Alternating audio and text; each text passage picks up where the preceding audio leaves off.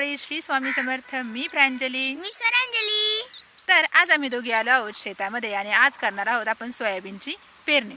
तर सोयाबीनची पेरणी कशी केली, कोणकोणती खतं वापरली, बियाणं कुठून आणलं, याचा पूर्ण व्हिडिओ आता आपण बनवत आहोत. तर हा व्हिडिओ शेवटपर्यंत नक्की पहा. चॅनलला सबस्क्राईब करा, व्हिडिओला लाईक करा.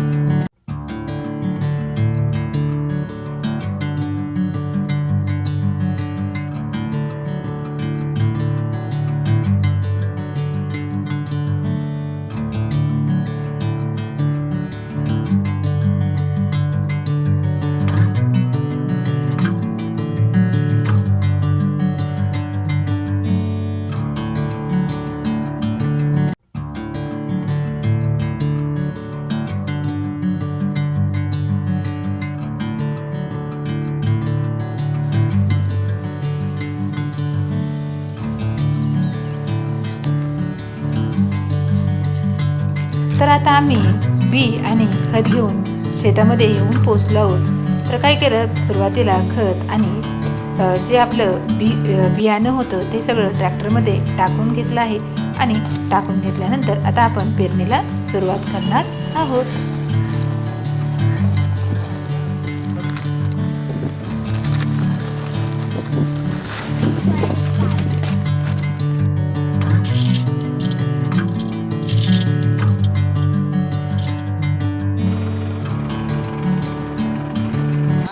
मागं सरक.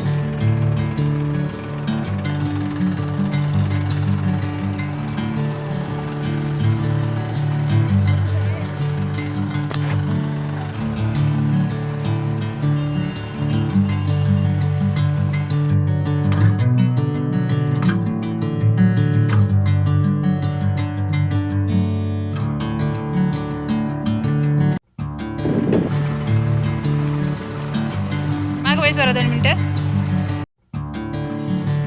आपण ज्या क्षेत्रात आज सोयाबीन पेरत आहोत त्या क्षेत्रातच एक विहीर आहे आणि तिथं हे सुंदर असं टणटणीचं झाड. आम्ही फुल खूप आवडते. तर ही टणटणीची फुलं तुमच्या भागात या फुलांना काय म्हणते हे कमेंट करून मला नक्की सांगा.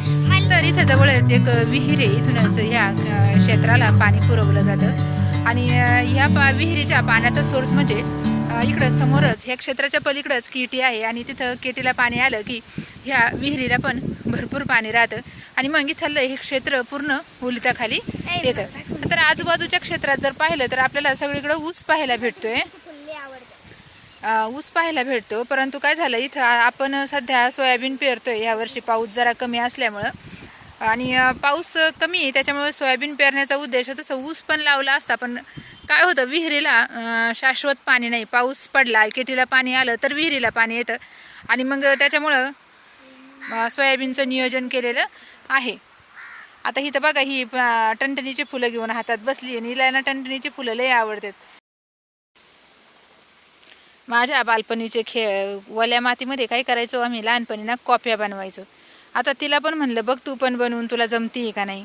तर सुरुवातीला काय केलं, थोडी माती ना थोडीशी ओली होती. मग तिथं थोडी माती खांदून घ्यायला सांगितली तिला आणि तिथं पाय ठेवायचा. आता बघा ते कशा पद्धतीनं कोपी बनवते.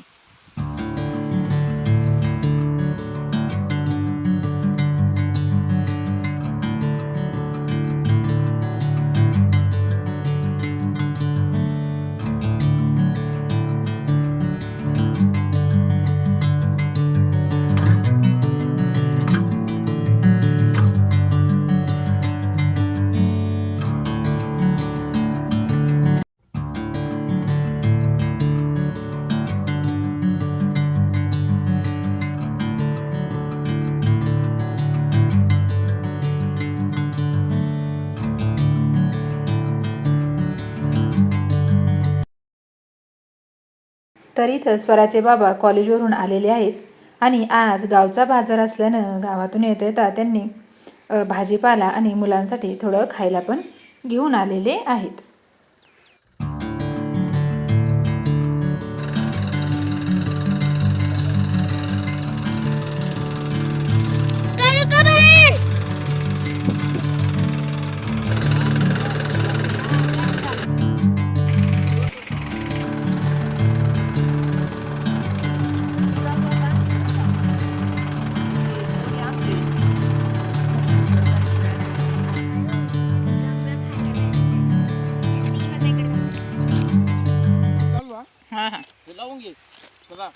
तर आता आपण चाललो आहोत दुसऱ्या क्षेत्रात पेरणी करण्यासाठी.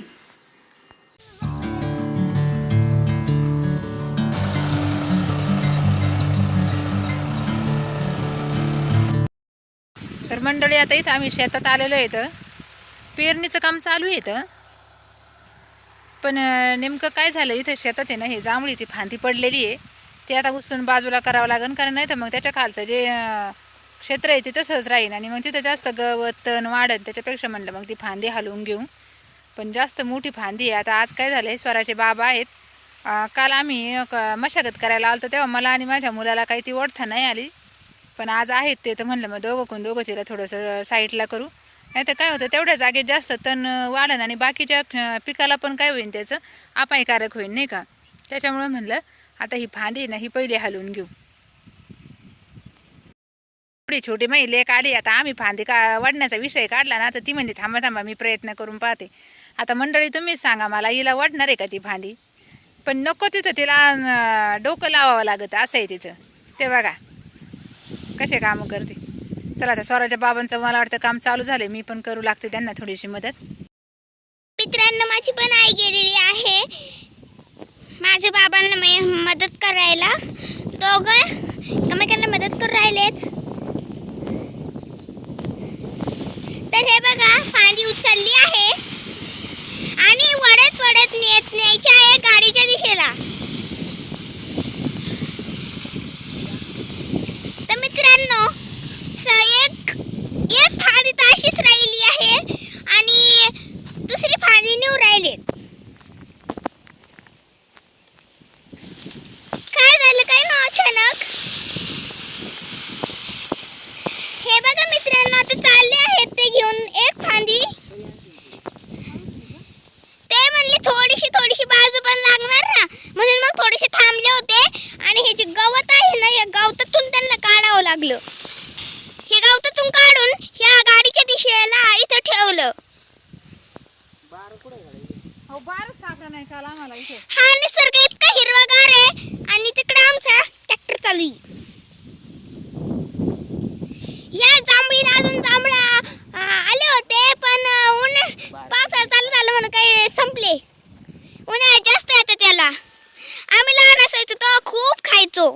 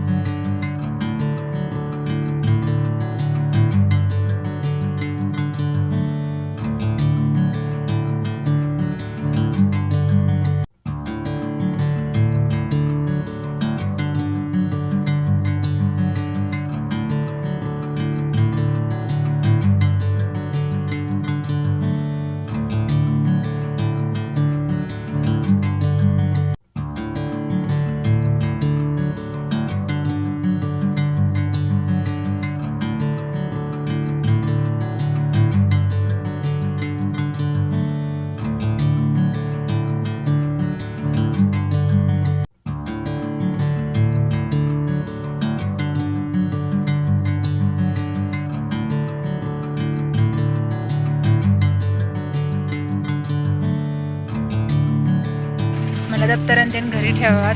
भाजीपाला आणला होता स्वराच्या बाबांनी, तो घरी ठेवावा म्हणलं. आणि ना इथं माझा ड्रेस घालून घरून आता आम्ही कपडे बदलून आलो. इथं हा ड्रेस घातला आणि इथं बघा कसं तुमचा एंटरटेनमेंट चाललेलं आहे. आणि आता काय झालं, आता पाऊस पण सुरू झाला आहे मस्त. तर लई जर पाऊस आला ना, तर तुम्हाला खरं सांगते पेरणी बंद व्हायला बसली आहे.